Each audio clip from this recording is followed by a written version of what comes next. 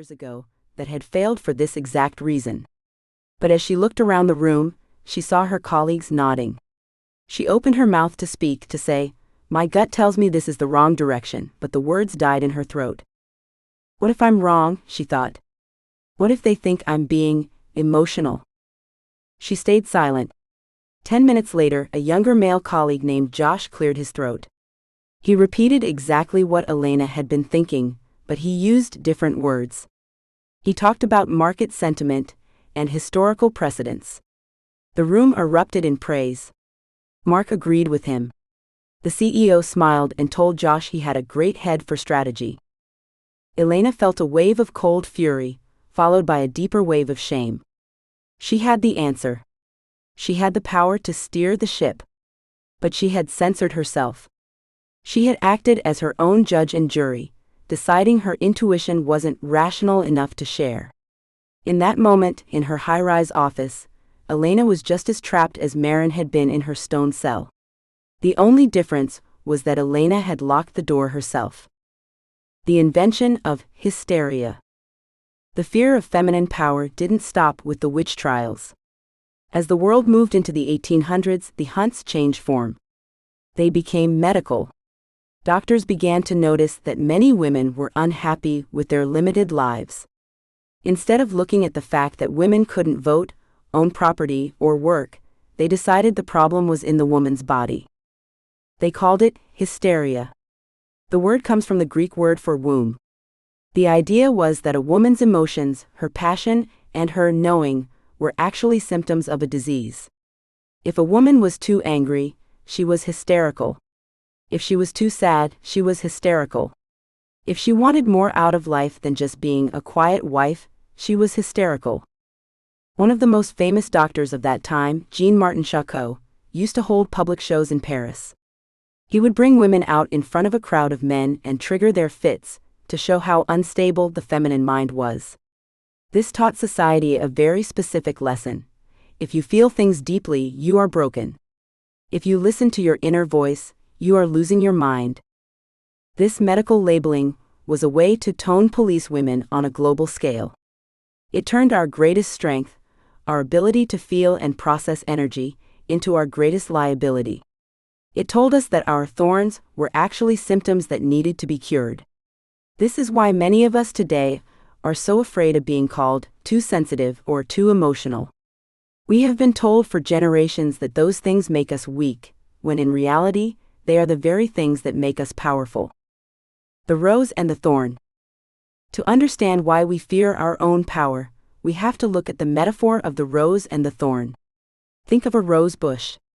The rose itself is the soft side of the feminine. It is the beauty, the fragrance, the receptivity, and the love. The world loves the rose. It wants to put the rose in a vase and look at it.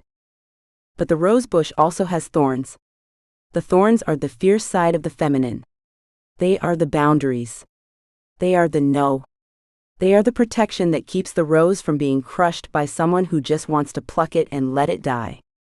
The thorns are what make the rose sovereign. For a long time, society has tried to prune the thorns off the feminine rose. We are told to be the flower, but never the protector. We are told to be kind, but never firm. We are told to be open, but never guarded. When we try to grow our thorns, when we set a boundary, when we speak a hard truth, or when we claim our space, people get uncomfortable. They say the rose is difficult or aggressive. Because we want to be loved, to be the rose, we start to prune our own thorns. We cut away our assertiveness. We cut away our anger. We cut away our knowing if it makes others uneasy. But here is the secret: a rose without thorns cannot survive in the wild. It becomes a decoration instead of a living thing. When you fear your own power, you are usually fearing your thorns. You are afraid that if you show your strength, you will no longer be seen as beautiful or likable. But your power is not just the flower. It is the whole plant. Your ability to say no is what gives your yes its value. Your ability to be fierce is what makes your softness safe. Why the doing mode is a shield. Many of us hide our fear of power behind a wall of doing. We become high-achieving machines like Elena. We think that if we are organized, rational, and productive, no one can accuse us of being hysterical or too much. We use our spreadsheets and our busy schedules as a shield to protect us from the messy, wild, intuitive power that lives underneath. We stay in masculine-coded energy, the energy of logic, competition, and constant action, because it feels safer. In that world, there are rules. If you follow the rules, you get the promotion. If you hit the numbers, you are successful. It feels like a solid ground. But the divine feminine power is not a solid ground. It is an ocean. It moves. It changes. It is the knowing that doesn't always have a graph to explain it. When we stay only in the doing mode, we are trying to stay on the shore because we are afraid the ocean will swallow us whole. We are afraid that if we stopped doing and start being, we will have to face the parts of ourselves that are untamed and unexplainable. The doing mode is a way to stay in control. But control is not the same thing as power. Control is about preventing things from happening. Power is about making things happen. When you are in control, you are small. When you are in your power, you are infinite. Reclaiming the witch within. The word witch has been used as a slur for a long time. It was used to kill Marin and thousands like her. But in its original sense, the word meant something much more beautiful. In some old languages, it relates to the word for wise one. A witch was simply a woman who was awake. She was a woman who knew she was connected to the earth, the moon, and her own soul. When we fear our power, we are fearing that wise one inside of us. We are fearing the part of us that doesn't need permission to exist. We are fearing the part of us that knows things our eyes can't see. To heal this fear, we have to stop seeing our intuition as a liability. We have to start seeing it as our most advanced technology. Think about it. Your brain can process millions of bits of information every second, but your conscious mind only notices a tiny fraction of it. Your intuition is the part of you that processes the rest. It is the silver cord that connects your physical body to the vast library of energy and information around you. When Elena felt that tug in the boardroom, it wasn't just a feeling.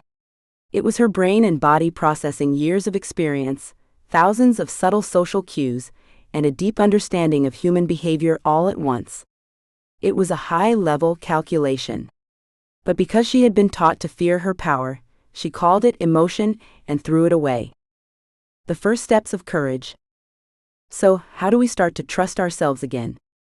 How do we stop being our own witch hunters? It starts with small acts of rebellion. It starts with honoring the knowing, even when you can't explain it. Notice the sensor. Start paying attention to the moments when you bite your tongue.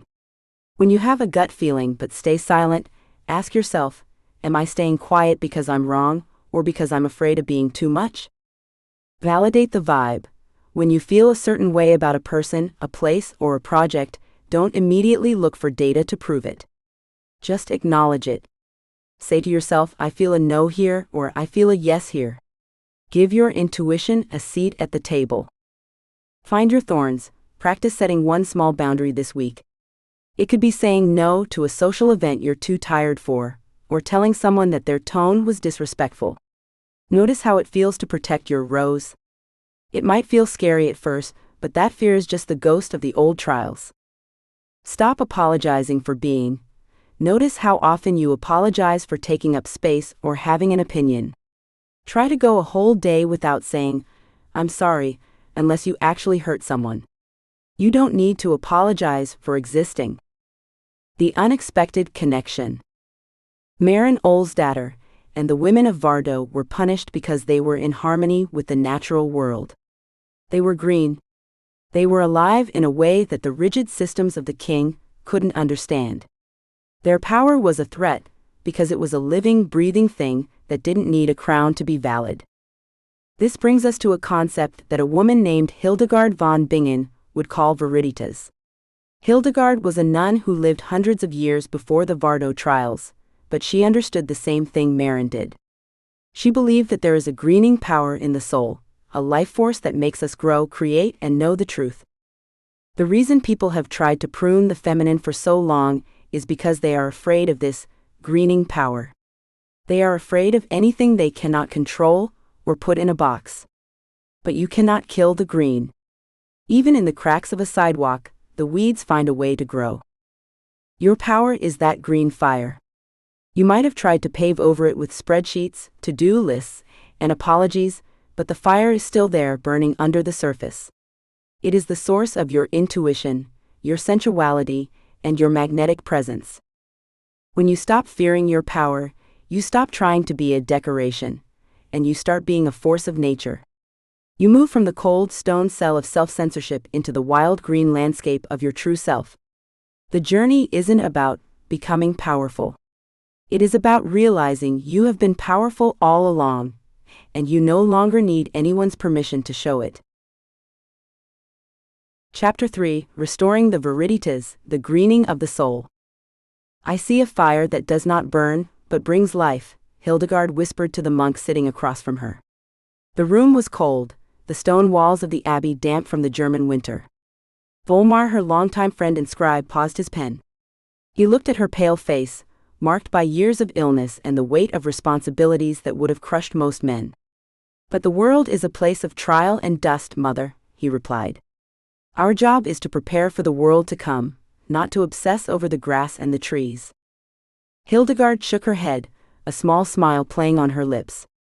You are wrong, Volmar. The world is a garden, and God is the gardener. Every leaf, every drop of rain, and every beat of the human heart is filled with a greening power. If we feel dry, if we feel dead inside, it is not because the world is bad. It is because we have forgotten how to drink from the source. This wasn't just a nice thought for a poem.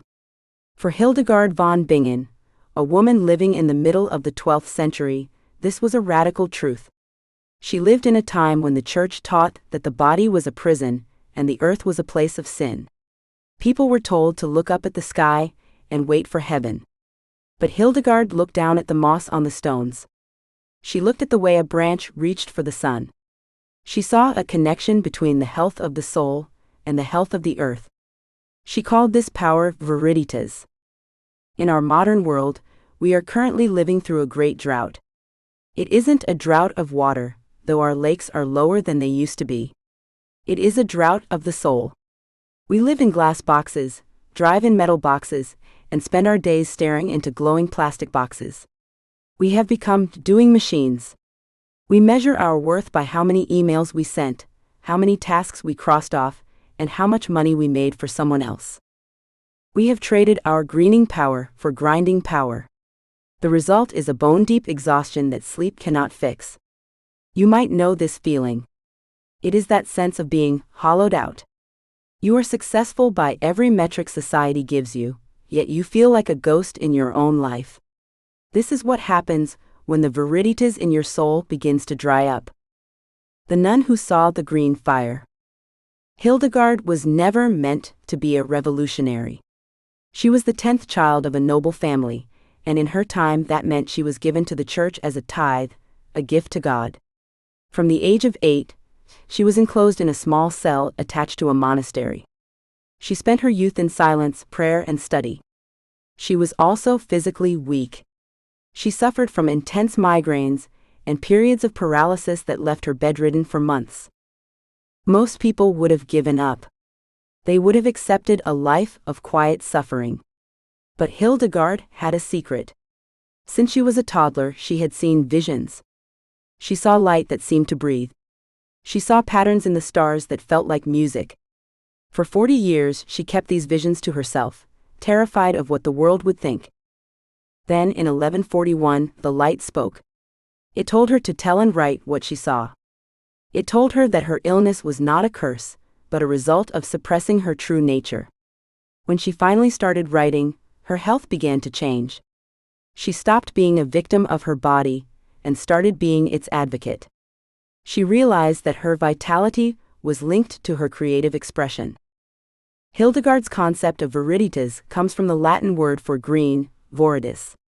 But she didn't just mean the color. She meant the vitality that makes things grow. She saw it as the breath of life that God blew into the world. To Hildegard, a healthy person was moist and green. They were flexible, creative, and full of juice. A person who was sick or depressed was dry and gray. They had become like a piece of wood that has been sitting in the sun too long, brittle and ready to snap. She took this idea and applied it to everything. She wrote books on medicine, explaining how plants could heal the body. She wrote songs that sounded like the wind through the trees. She even moved her nuns out of their cramped, dark quarters and built a new abbey at Rupertsberg. She insisted it have large windows, running water, and space for her nuns to wear white silk robes and flower crowns during their ceremonies. She wanted them to feel their own viriditas. She was teaching us that your soul is not a machine that needs to be fixed. Your soul is a garden that needs to be tended. If you are burned out, you don't need a new productivity hack. You need to restore your greening power. The science of the forest. While Hildegard used the language of visions and God, modern science is starting to catch up to her green fire. In the early 1980s, the government in Japan noticed a terrifying trend. People were literally working themselves to death. They called it karoshi. High-achieving professionals were dropping dead at their desks from heart attacks and strokes caused by pure, unadulterated stress. The Japanese government didn't just tell people to take more vitamins. They looked at their history. They looked at the Shinto and Buddhist traditions that honored the forest. They created a program called Shinrin-yoku, which translates to forest bathing. The idea was simple: go to the woods. Don't hike for exercise. Don't count your steps. Don't look for birds to check off a list. Just stand there. Let the trees bathe you. Scientists began to study the people who did this. They found that after just 20 minutes in the forest, people's levels of cortisol, the stress hormone, dropped significantly. Their blood pressure went down. Their heart rate slowed. But the most interesting discovery was about the air itself. Trees release chemicals called phytoncides. These are natural oils that protect the tree from germs and bugs. When humans breathe in these wood oils, our bodies respond by increasing the activity of natural killer cells. These are the cells in our immune system that fight off viruses and even tumors. Hildegard was right. The trees weren't just pretty to look at, they were literally breathing life into the people standing beneath them. The viriditas of the oak and the pine was jumping the gap and entering the human lung. We are biological creatures. We evolved in the green. Our brains are wired to recognize the fractal patterns of leaves and the sound of running water as safe signals. When we spend months on end seeing only straight lines, gray concrete, and blue light from screens, our nervous systems stay in a state of high alert. We become dry. We lose our ability to heal because our bodies think we are in a constant state of emergency. The woman who planted an army. Restoring the viriditas isn't just about sitting quietly in a forest. Sometimes the greening of the soul requires a fierce, active kind of love. It requires us to protect the life that is trying to grow. In the 1970s, a woman named Wangari Maathai noticed that the streams in her home country of Kenya were drying up. The women in the villages were complaining that they had to walk further and further to find firewood. The land was becoming gray and dry, just like the people Hildegard described. The government was selling off public land to big companies that cut down the native forests to plant commercial crops. Wangari didn't start a political party at first. She started a garden. She told the local women to plant trees. She called it the Green Belt Movement. When we plant trees, we plant the seeds of peace and seeds of hope, she would say. She realized that if the land was healthy, the women would be empowered. They wouldn't have to spend all day searching for water and wood, they would have time to lead, to learn, and to grow. The government hated her for it. They saw a woman organizing other women as a threat to their power. They arrested her. They beat her. They called her crazy. But every time they knocked her down, she got back up and planted more trees. She knew that the thorns of her boundaries were necessary to protect the rose of her mission. By the time she won the Nobel Peace Prize in 2004, her movement had planted over 30 million trees. But more importantly, She had restored the viriditas of an entire nation. She showed that the divine feminine isn't just about being soft, it's about being a force of nature that refuses to let the wasteland win. She turned her pain into purpose, much like Artemisia Gentileschi did with her paintings. She took the dryness of her environment and used it as fuel to create a literal forest. She proved that one woman, connected to the greening power of the earth, can change the climate of the world. Elena and the Dying Succulent. Back in Seattle, Elena Vance sat in her office on the 42nd floor. It was a beautiful office. The desk was made of polished white stone. The chairs were expensive leather. The view showed the entire city, stretching out toward the gray waters of the Sound. But Elena felt like she was suffocating. She looked at the small succulent plant sitting in the corner of her desk. It was a gift from a client 6 months ago. When she first got it, it was a vibrant, waxy green. Now, it was a sickly yellow. The bottom leaves were shriveled and brown. "I'm sorry," she whispered to the plant. She realized she hadn't watered it in weeks. She had been too busy managing a multi-million-dollar rebranding campaign. She had been too busy staying late to prove she was one of the guys. As she looked at the plant, she saw herself. She saw the gray that had crept into her own life. She remembered how she used to love painting with watercolors in college. She remembered how she used to spend her Saturday mornings at the farmer's market, just smelling the peaches and feeling the dirt on the carrots. Now her life was a series of spreadsheets and sync-up meetings. She felt brittle. She felt like if one more person asked her for a quick favor, she might actually shatter into 1,000 pieces. She picked up the small pot and walked to the office kitchen. She carefully poured a little bit of water into the soil. She watched as the dry, cracked dirt soaked it up instantly. "I'm thirsty too," she thought. It was a small moment, but it was a turning point. She realized that she couldn't keep running on empty. She couldn't keep pretending that her doing was more important than her being. She needed to find her own viriditas before she completely dried up. The 4 signs of a dry soul. How do you know if you are losing your greening power? It doesn't happen all at once. It's a slow process, like a creek drying up in a long summer. The loss of color. You find that things that used to make you happy now feel like chores. You listen to music, but you don't really hear it.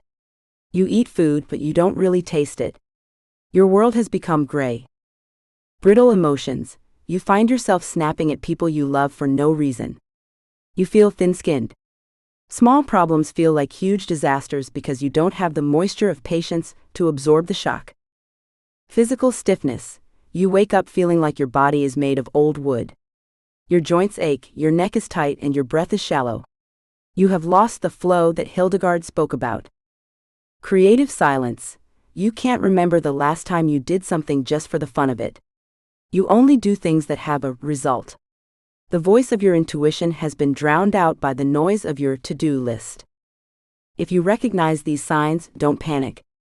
Brittle wood can become flexible again if it is given enough time to soak. A dry field can become green again after a single good rain. The viriditas is never truly gone. It is just waiting for you to invite it back in. How to restore the green. Restoring your soul isn't a luxury. It is a biological and spiritual necessity. If you want to have a magnetic presence, you have to have something inside you that is alive and vibrant. People are naturally drawn to green energy. We are attracted to people who feel juicy, creative, and grounded. You can start by bringing the forest bathing concept into your daily life. You don't need 1,000-acre woods to do this. You just need a connection to the living world. The 5-minute soak. Find a patch of grass or a tree near your home or office. Stand there. For 5 minutes, do nothing but notice the life around you. Watch the way the leaves move. Notice the ants on the ground. Breathe in the smell of the dirt. You are telling your nervous system, we are safe. We are back in the green. Sip the seasons. Hildegard was a big believer in using the moisture of nature. Drink herbal teas. Use essential oils that smell like the earth, cedarwood, pine, or vetiver. Bring the green fire into your senses. Stop the leak. Every time you say yes to something you hate, a little bit of your viriditas leaks out. Start practicing the rose and the thorn. Protect your energy. Say no to the gray things so you have room for the green things. The creative sprout. Do one thing today that has absolutely no purpose. Draw a bad picture.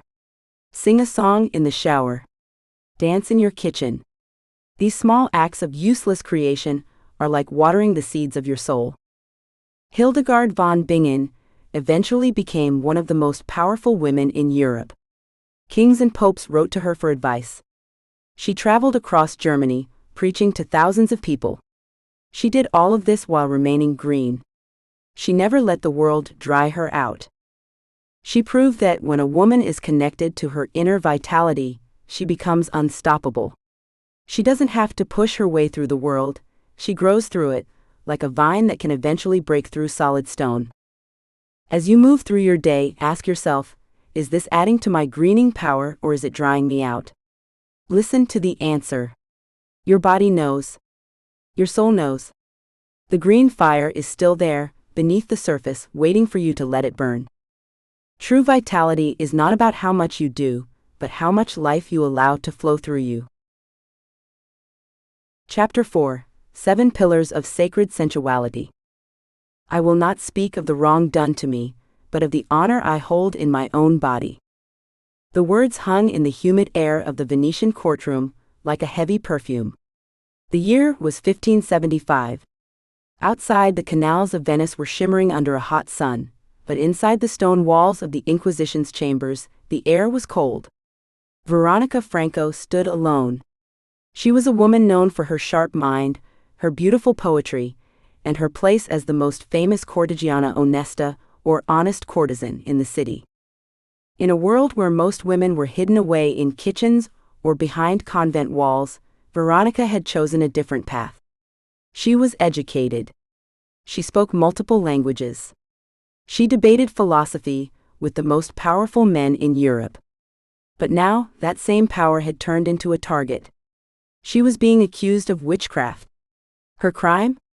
It wasn't just that she was successful. It was that she was too attractive, too influential, and too comfortable in her own skin. The men across from her believed that such a magnetic presence could only be the result of a dark spell. Veronica didn't cower. She didn't cry or beg for mercy. Instead, she stood with her head high, wrapped in silk that felt like a second skin. She understood something that the men in the room were terrified of. Her sensuality was not a weapon she used against others, but a sacred connection she had with herself. To her, being sensual meant being fully awake to the world through her senses. It was her poetry, the way she tasted her wine, the way she listened to the music on the water, and the way she felt the weight of her own jewelry. She won her case. She didn't win by hiding her beauty or pretending to be less than she was. She won by proving that her intelligence and her sensory life were gifts from the same source. She showed that a woman who is at home in her body is a woman who cannot be easily broken. The body as a living garden. Most of us live our lives from the neck up. We are busy. We are checking off lists. We are thinking about what happened yesterday or worrying about what might happen tomorrow. We treat our bodies like a vehicle that carries our brain from one meeting to the next. When we do think about our bodies, it is often to criticize them. We want them to be thinner, younger, or stronger. We look in the mirror and see a list of problems to solve rather than a sacred space to inhabit. This disconnect is where the soul thirst begins. When we stop feeling, we stop being present. We become like a rose that has forgotten how to drink water. We might still look like a flower, but we are brittle. We have the thorns of our boundaries, but we lack the soft petals of our joy. In her glass-walled office in Seattle, Elena Vance was learning this the hard way. She was 38 years old and had achieved everything she thought she wanted. She had the title, the salary, and the respect of her peers. But as she sat at her desk late one Tuesday night, she realized she couldn't remember the last time she had actually felt something pleasant. She wore expensive wool suits that felt itchy against her skin. She drank coffee that had gone cold hours ago. She worked in a room where the air was recycled and the light was artificial.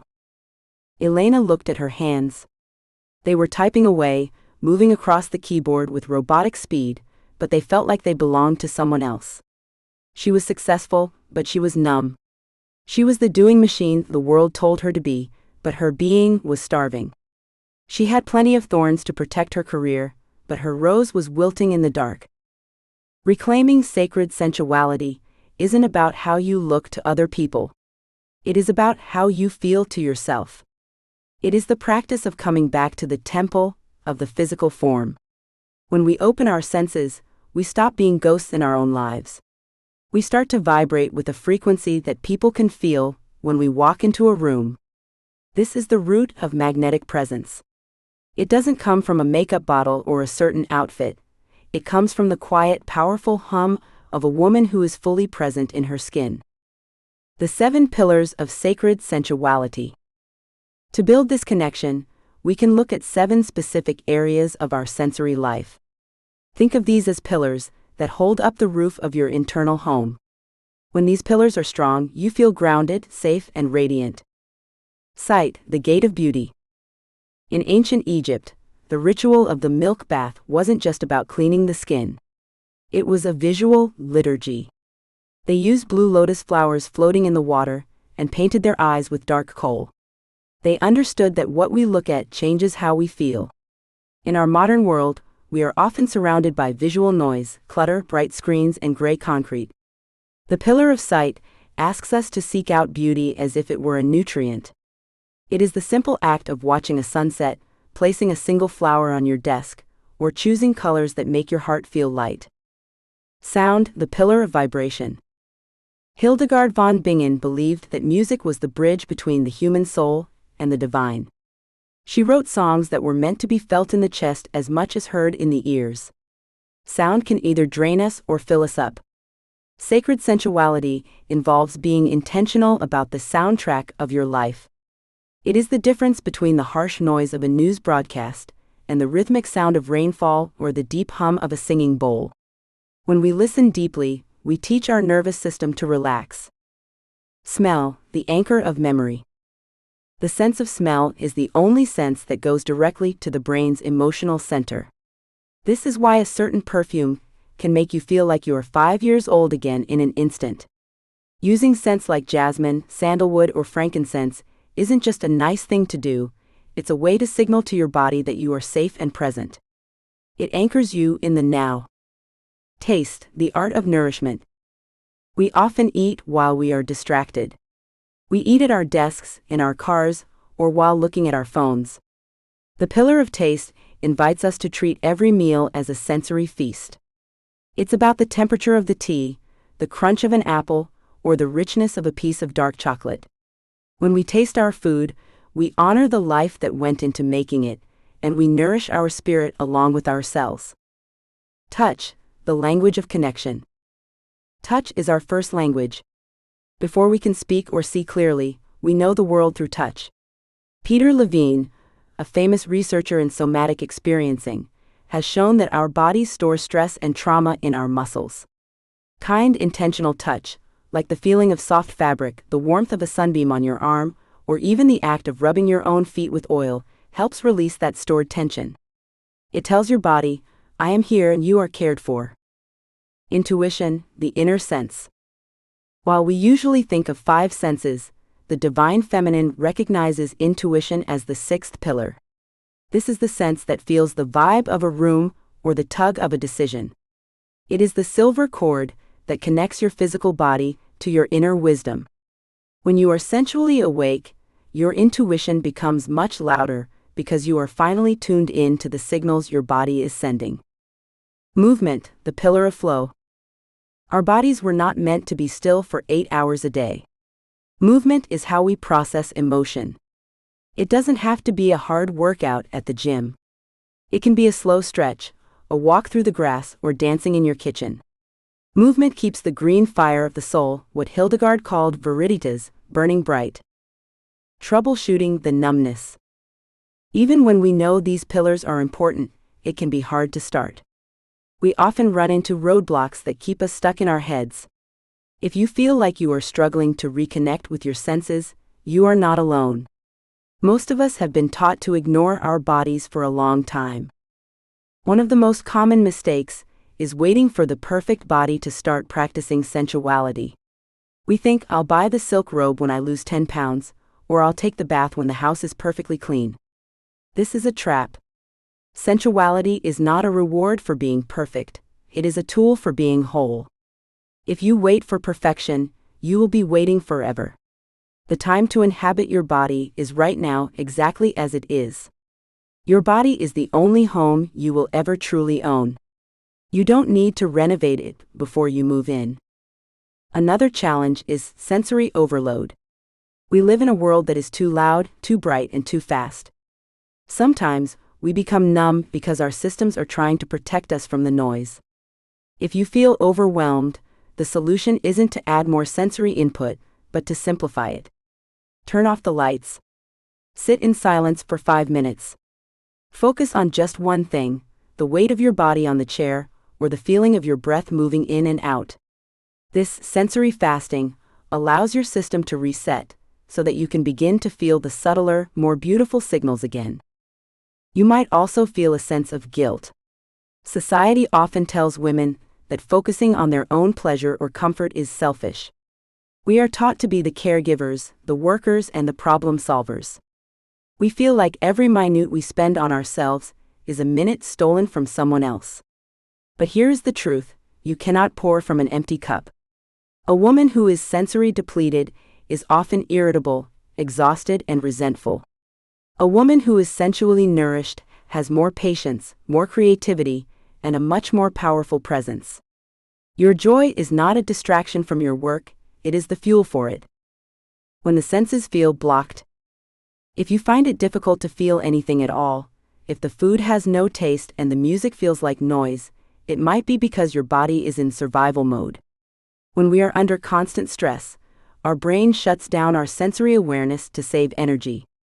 It's like a house that turns off all the decorative lights during a power outage to keep the refrigerator running. To turn the lights back on, you have to convince your nervous system that the emergency is over. This is where simple rituals come in. You don't need a week-long retreat. You need small, repeating signals of safety. The cold water reset. If you feel stuck in your head, splash cold water on your face. This triggers a biological reflex that slows down your heart rate and brings you back into your body instantly. The weighted blanket, the feeling of deep pressure, tells the brain that the body is protected. It can help quiet the frantic energy of a busy day. The scent anchor, pick one scent like lavender or orange oil. Smelling it every day at the same time creates a scent memory of peace. Eventually, just opening the bottle will tell your brain to relax. Elena started small. She didn't quit her job or change her whole life overnight. She started by changing her socks. She traded her thin, uncomfortable dress socks for soft, thick wool ones.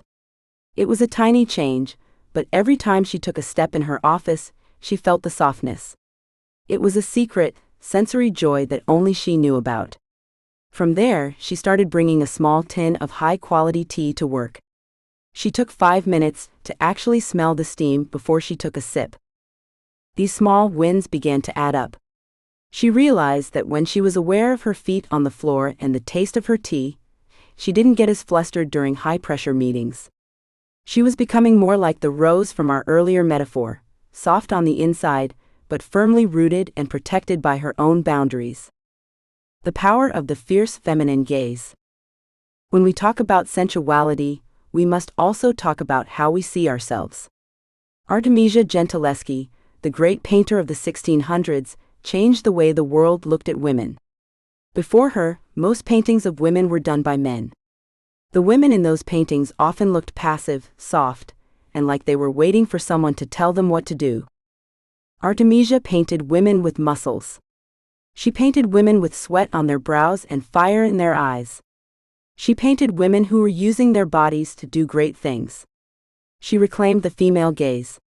She showed that a woman's body is not just something to be looked at, it is something to be used and honored. Sacred sensuality is a form of reclaiming your own gaze.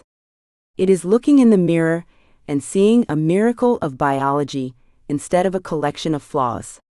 It is recognizing that your skin is an organ of communication, your ears are portals for wisdom, and your breath is the rhythm of your life. When you see yourself this way, you stop asking for permission to exist. You stop waiting for someone else to tell you that you are beautiful or worthy. You already know it because you can feel it from the inside out. Reframing the pleasure. We often think of pleasure as a luxury, something we get to have on vacation or on our birthday. We treat it like the frosting on the cake of life. But in the world of the divine feminine, sensuality is the cake itself. Sensuality is not about being sexy for someone else. It is about being alive for yourself. It is the practice of being so present in your own life that you don't miss the small miracles that happen every day. It is the foundation of your intuition, because you can't hear your inner voice if you can't feel your own heartbeat. It is the foundation of your power, because you can't stand your ground if you don't know where your feet are. When we reframe sensuality this way, it stops being about vanity and starts being about sovereignty. You are the queen of your own sensory kingdom. You get to decide what sounds are allowed in your ears, what fabrics are allowed on your skin, and what thoughts are allowed in your head. Veronica Franco knew this. Even as she stood before the Inquisition, she didn't let them take her kingdom away. She stayed connected to her own dignity and her own sensory truth. She knew that as long as she was at home in herself, she was never truly in danger. As you move through your day, try to find one thing that feels good. Just one. It might be the way the steering wheel feels in your hands, the smell of the rain on the pavement, or the sound of a bird outside your window. Stay with that feeling for 3 breaths. That's it. That is the beginning of the awakening. You are inviting the divine feminine back into your life, one sense at a time. You are moving from the wasteland of burnout back into the viriditas of your own green and growing soul. The world is not changed by how much you do. It is changed by how much of you is actually present while you are doing it. Your presence is your power, and your senses are the way you claim it. Chapter 5: Mastering the Language of Intuition. The cockpit of the P-51 Mustang was tight, smelling of oil, sweat, and high-octane gasoline. Outside the glass canopy, the sky over Texas was an endless blinding blue. For the woman sitting in the pilot's seat, the world felt like it was vibrating. The engine roared with a force that shook her teeth, and the metal wings seemed to groan under the pressure of the wind. She was thousands of feet in the air, alone in a machine designed for war, and for a moment she felt a cold wave of pure terror. She looked at the gauges on her dashboard. The needles were bouncing. The oil pressure looked fine. The fuel was steady. The altitude was right where it should be. Everything the logical part of her brain could see told her she was safe. But her body was saying something else.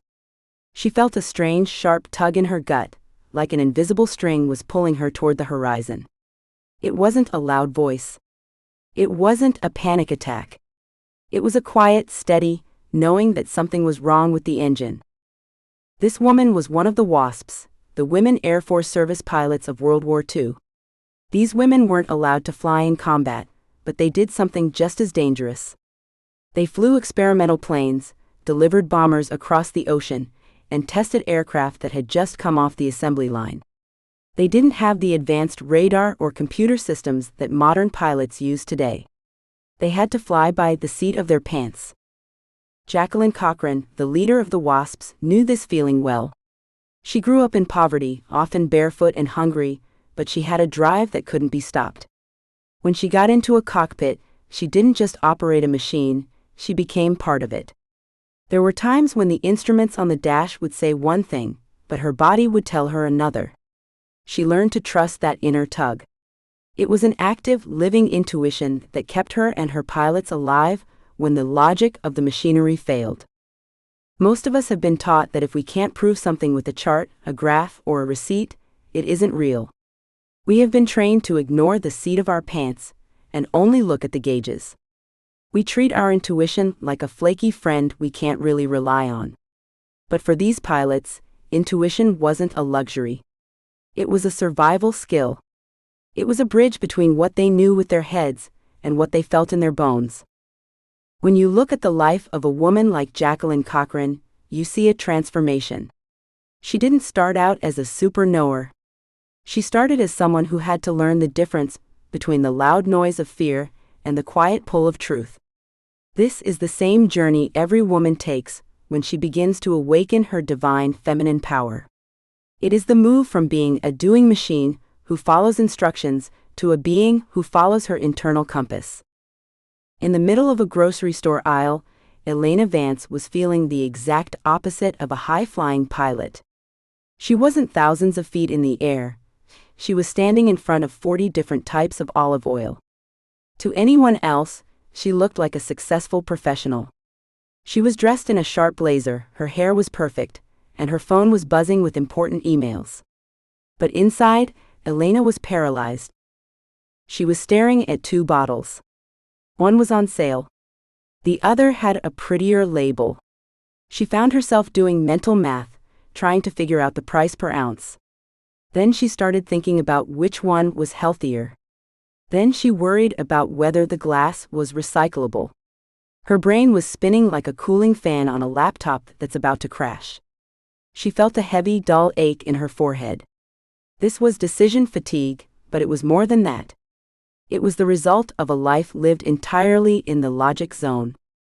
Elena had spent 20 years being the person who had all the answers. She was the one who used data to prove her point. She was the one who never made a move without a spreadsheet. But now, even choosing a salad dressing felt like a life or death struggle.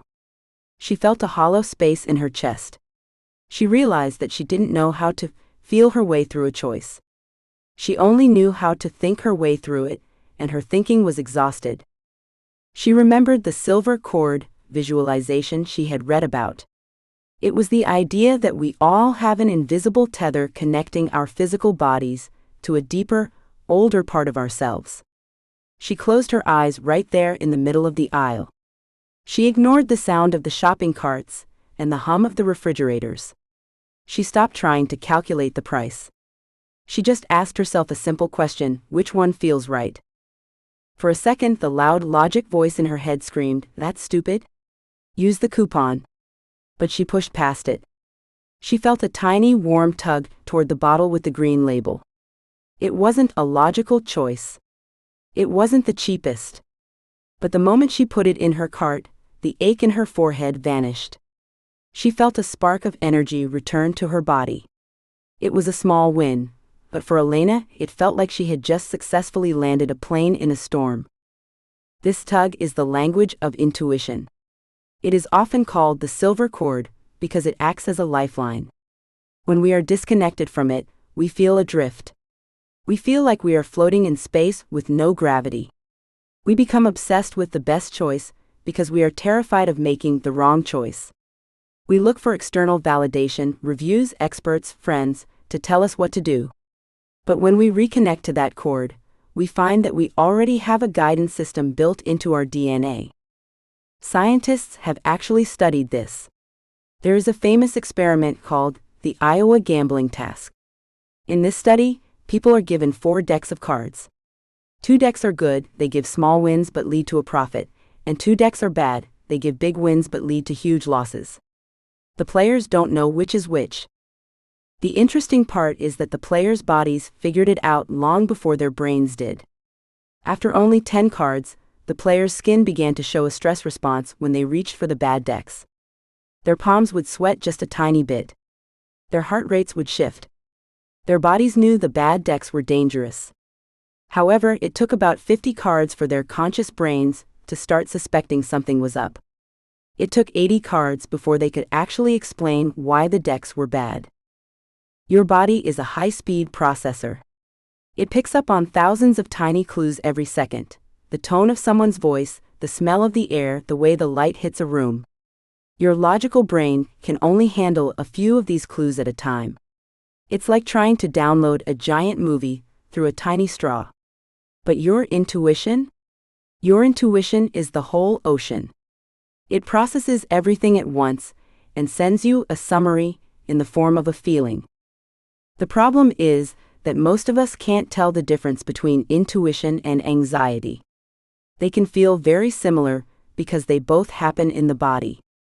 If you want to master the language of intuition, you have to learn how to tell them apart. Anxiety is usually loud. It is repetitive. It feels like a swarm of bees in your chest. It often uses words like should, must, or what if. Anxiety is obsessed with the future and the past. It wants to tell you all the ways things could go wrong. It feels frantic and heavy. Intuition, on the other hand, is quiet. It is often a one-and-done message. It doesn't nag. It feels neutral, like a fact.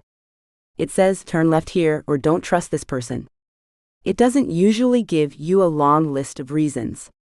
It just gives you the direction. While anxiety feels like a push, intuition feels like a pull. It's that silver cord gently tugging you toward a specific path. Hester Stanhope was a woman who lived her life by this pull. In the early 1800s, she was a high society lady in England. She was the niece of the Prime Minister and lived a life of luxury. But she felt gray inside. She felt like she was playing a role in a play she didn't write. One day, she decided to leave it all behind. She traveled to the Middle East, which was incredibly rare and dangerous for a woman at the time. She became known as the Queen of the Desert. She rode a horse like a warrior, wore men's clothing for practical reasons, and lived in an abandoned monastery on top of a mountain. People thought she was crazy. They asked her why she would leave a comfortable home for the dust and heat of the desert. She didn't have a logical answer that would satisfy them. She just said she was following a star in her own heart. Hester used her intuition to navigate political minefields between warring tribes. She could sense when a leader was lying or when a path was blocked by danger. She discovered lost cities and became a legend because she stopped listening to what a lady was supposed to do and started listening to what her soul was commanded to do. She moved from the wasteland of a boring, safe life into the viriditas, the green living power of her own truth. To get to that place, you have to practice in the small moments. You can't expect to hear your intuition during a giant life crisis if you haven't been listening to it during your lunch break. We often treat our inner voice like an emergency glass we only break when the house is on fire. But if you don't know the sound of that voice, you won't recognize it when the smoke starts to rise. Think of your intuition like a muscle. If you haven't used it in years, it's going to be weak. It might even feel a little sore when you start to work it. You might make mistakes. You might follow a tug and find out it was just a craving for pizza. That's okay. The goal isn't to be perfect. The goal is to start a conversation with yourself. When you start to trust this silver cord, your presence changes. You stop looking around the room to see if everyone else agrees with you. You stop explaining yourself. Have you ever noticed that the most magnetic people in a room are often the ones who aren't trying to prove anything? They have a stillness about them. That stillness comes from knowing that they are connected to their own source of truth. They aren't pushing for attention, they are pulling the world toward them because they are centered. This is the secret of the divine feminine. It is not about being soft or loud. It is about being aligned. When the Wasp pilots were in the air, they weren't fighting the plane. They were aligned with it. When Jacqueline Cochran broke speed records, she wasn't forcing the machine to go faster. She was listening to the engine and knowing exactly when to push and when to hold back. She was in a flow state, which is just another way of saying she was fully connected to her intuition. You can find this flow in your own life. It might happen while you are gardening, or while you are writing a report at work, or while you are talking to your child. It is that moment when the doing stops feeling like work and starts feeling like an extension of who you are. The silver cord is what keeps you attached to that feeling even when the world gets noisy. Aurelia Voss eventually learned this. A few weeks after the olive oil incident, she was in a high-level meeting at her tech firm. A consultant was presenting a plan that looked perfect on paper. He had the charts. He had the projections. Every man in the room was nodding along. Aurelia felt that familiar tug. It wasn't in her head, it was in her throat. She felt a tightness, a no that was physically sitting in her body. In the past, she would have ignored it. She would have told herself she was just being emotional, or that she didn't have enough data to disagree. But this time, she leaned into the sensation. She didn't scramble for a logical argument. She just stayed still and listened to the feeling. "I have a concern," she said. Her voice was quiet but steady. The consultant looked annoyed. "What's the data point you're looking at, Aurelia?" "It's not a single data point," she replied, keeping her eyes on his. "It's the direction. This plan assumes our users will act logically, but they won't. They'll act on feeling. And this plan feels cold. It won't land." The room went silent. Because she wasn't being frantic or anxious, her words had weight. She wasn't guessing, she was knowing. 2 days later, a new set of research came in that proved her right. The logical plan would have been a disaster. Aurelia didn't need to say, "I told you so." The magnetism of her presence had already done the work. She had moved from being a person who processes information to a woman who carries wisdom. This is the transition from the doing to the being. It doesn't mean you stop working or making decisions. It means you change where those decisions come from. You stop making them from a place of fear, the wasteland, and start making them from a place of vitality, the veritas. You have a prophetic part of yourself. This doesn't mean you can see the future like a crystal ball. It means you can see the truth of the present moment more clearly than most people. While everyone else is looking at the gauges on the dashboard, you are feeling the vibration of the wings. You are sensing the shift in the wind before the storm arrives. To start this process today, you don't need to fly a plane or move to a monastery in the desert. You just need to start paying attention to the tugs. We often ignore our bodies because we think they are just transportation for our brains. We treat our bodies like cars we are driving around. But your body is actually the antenna for the divine feminine. It is the physical end of the silver cord. If you want to hear your intuition, you have to be at home in your house. The first impression game. To begin building your intuitive muscle, try this specific exercise today. We will call it the first impression game. It's a low-stakes way to start hearing that quiet, neutral voice. Pick 3 small decisions today that don't really matter. It could be which path to take on your walk, which tea to drink, or which shirt to wear. Before you look at the options, close your eyes and take one deep breath. Imagine the silver cord glowing in your center. Ask the question, which one? Notice the very first thing that pops into your mind, or the very first tug you feel in your body. This will happen in less than a second. Crucial step, do not let your logic brain argue. If your intuition says the blue shirt, and your logic says, but the red one makes me look thinner, go with the blue one anyway. The goal isn't to pick the best shirt. The goal is to show your intuition that you are finally listening. When your inner voice sees that you are paying attention to the small things, it will start speaking up for the big things. You are training yourself to recognize the seat of your pants, so that when you are flying through a storm, you'll know exactly which way is home. Chapter 6: The Shadow Mirror, Facing the Dark Goddess. From high above the city of Rome in the year 1612, the streets look like a tangled web of gray stone and brown dust. People move like tiny ants, following paths they did not choose. You can see the patterns of how life works here. Men walk in the center of the road, loud and bold, heading toward the markets or the courts. Women are mostly seen on the edges, ducking into doorways or looking out from behind heavy wooden shutters. There is a clear line between the world of light, where things are proper, and the world of shadows, where the secrets are kept. In one of those houses, A young woman named Artemisia Gentileschi is breaking every pattern the city expects of her. While other girls her age are learning to sew or keep a quiet house, she is covered in oil paint and charcoal. Her father is a famous painter, and he has realized his daughter has a talent that might even be greater than